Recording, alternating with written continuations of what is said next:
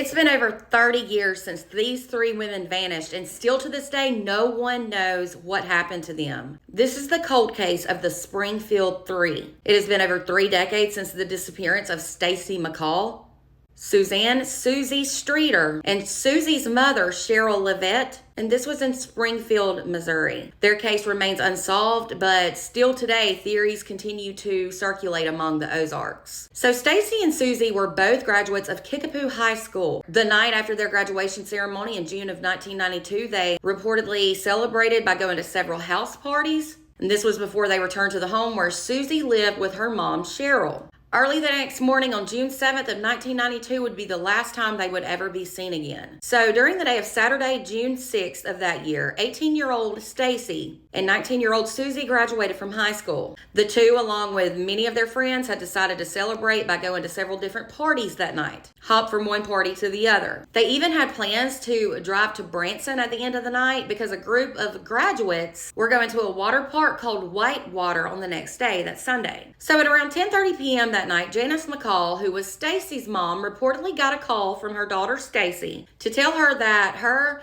group of friends had decided to drive to Branson the next morning on Sunday. She said that instead, she and Susie were going to stay at their friend Janelle Kirby's house. That would be the last time Janice would ever speak to her daughter Stacy. Now, according to reports, the two friends did indeed go to their friend Janelle's house, but they left at around 2 a.m. to go back to Susie's home. They reportedly drove from Janelle Kirby's home in their two separate vehicles, and they arrived to Susie's home, which was at 1717 East Delmar Street, pictured here. It was between the time Stacy called her mom and the two friends left Janelle's house that Cheryl, the mom of Susie, was last heard from. It was said at around 11:15 p.m. that night she was talking on the phone to a friend and painting furniture. Well, the two girls appeared to arrive at Susie and her mother Cheryl's home because, well, their two vehicles were parked out front. Their personal belongings were also inside, and that included the clothes they had on from that day, that Saturday night into Sunday morning. However, when their friend Janelle Kirby, whose house they had been at, called the home the next morning at around 8 a.m. to ask what time they were heading to Branson, no one answered the phone. So Janelle called the home several more times, still got no answer, so she and her boyfriend went over to the house at around 12:30 p.m. on Sunday, June 7th. Nothing reportedly seemed odd or out of the ordinary other than the front porch light was broken. To be nice, Janelle's boyfriend swept up the broken porch light, and some people to this day believe that could have been important evidence, but at the time they didn't know. It was also said that the front door was unlocked, but at the time in the 90s, murders and kidnappings and crimes were fairly low in Springfield, Missouri. They were pretty rare. So Janelle and her boyfriend went inside the home and they found a desolate scene. It seriously looked like the women had all just vanished into thin air. Their house was clean and tidy, their personal belongings were inside, and even Susie's bed looked as though the two girls had just gotten inside of it just a few hours before. It was said, though, that Susie and Cheryl's dog was a bit more jumpy than usual when Janelle and her boyfriend went inside the home. Janelle also reportedly found packs of cigarettes left behind, which was strange because it was said Susie and Stacy were both known to be smokers. So after looking over the home, they found no trace of the women. So Janelle and her boyfriend started calling people, friends that might know where they were, but they received no answers. No one knew. Now, by midday on Sunday, Stacy's mom, Janice McCall, was getting really upset and concerned and worried. She had not heard from Stacy since the night before, which was not normal. She said that Stacy would always call her parents to check in and tell them where she was. Now, it was actually through Janelle's sister that Stacy's mom found out they didn't even stay at Janelle's house the night before, like they were supposed to. Instead, they went to Susie and her mom, Cheryl's. Like Janelle, Janice, Stacy's mom, left several messages on Susie and Cheryl's answering machine at home. Since she had not heard from Stacy, she decided to go over to the home on Delmar Street that Sunday night.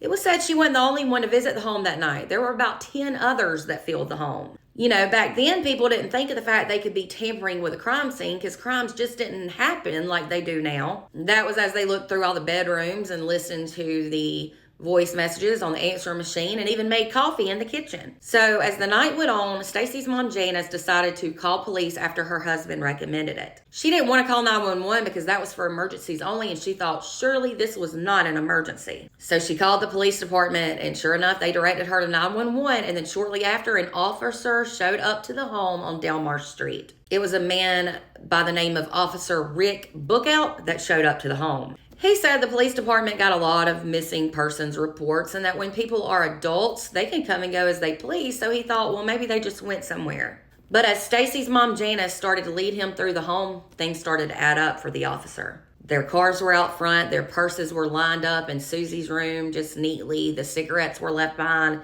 He said they did not leave on their own accord. As Officer Bookout did a walkthrough through the home, he then asked Stacy's mom, Janice, if she could get a hold of her daughter's medical records, which kind of shocked her because, as you know, those are important when identifying remains. He thought he better go ahead and get them. This doesn't look good. So people started to leave the home that night. The officer locked the front door and he left a note asking the women to call the police department when they got back home so that they could cancel this report on them being missing. But that call was never made. Within 2 days, this case was receiving national attention. It was on 48 Hours. Throughout the course of the year, the case was also featured on America's Most Wanted and the Oprah Winfrey Show. Just 2 days after their disappearance on June 9th, the FBI was called in for being on the case. By Wednesday, June 10th, more than 20,000 missing persons flyers were put around the city of Springfield, and to this day, some stores still have them hanging at their storefront.